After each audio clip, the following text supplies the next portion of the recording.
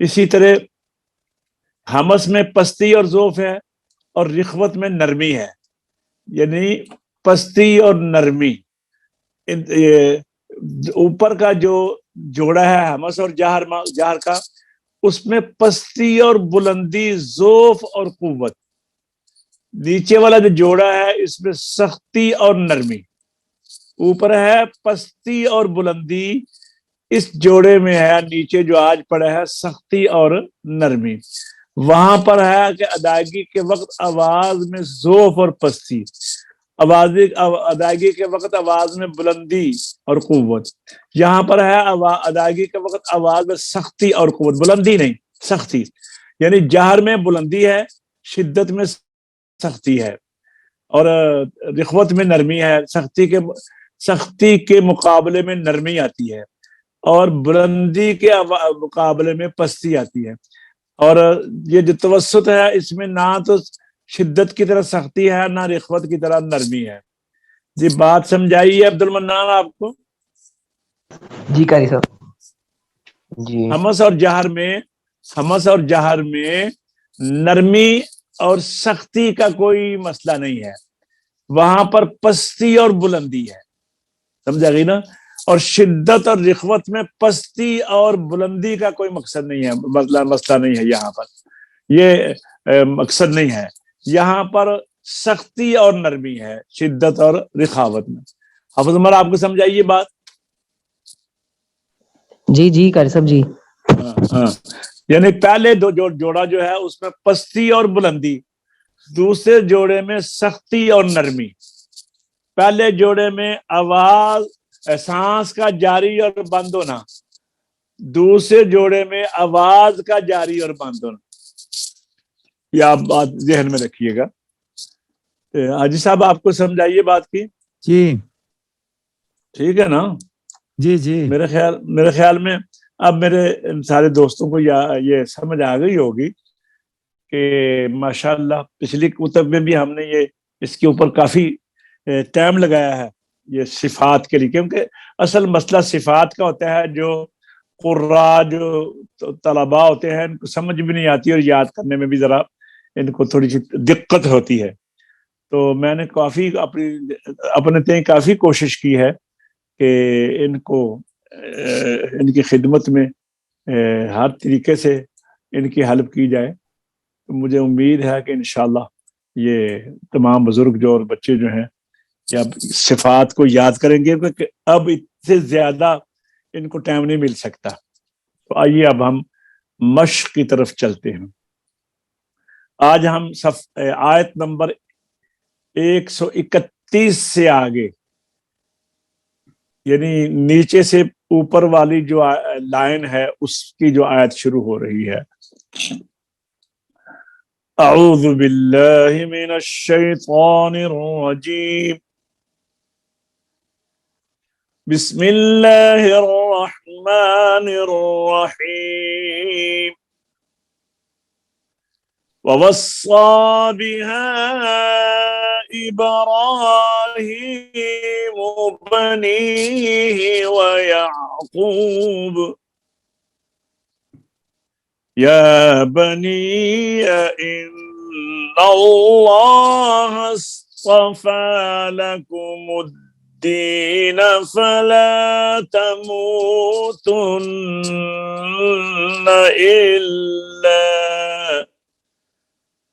فلا تموتن إلا وأنتم مسلمون.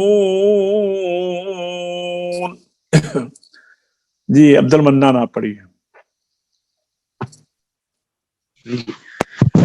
اعوذ باللہ من الشیطان الرجیم، بسم اللہ الرحمن الرحیم. ووصى بها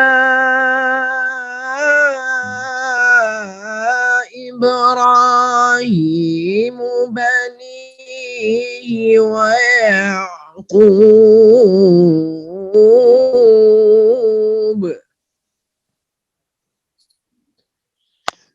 يا بني إن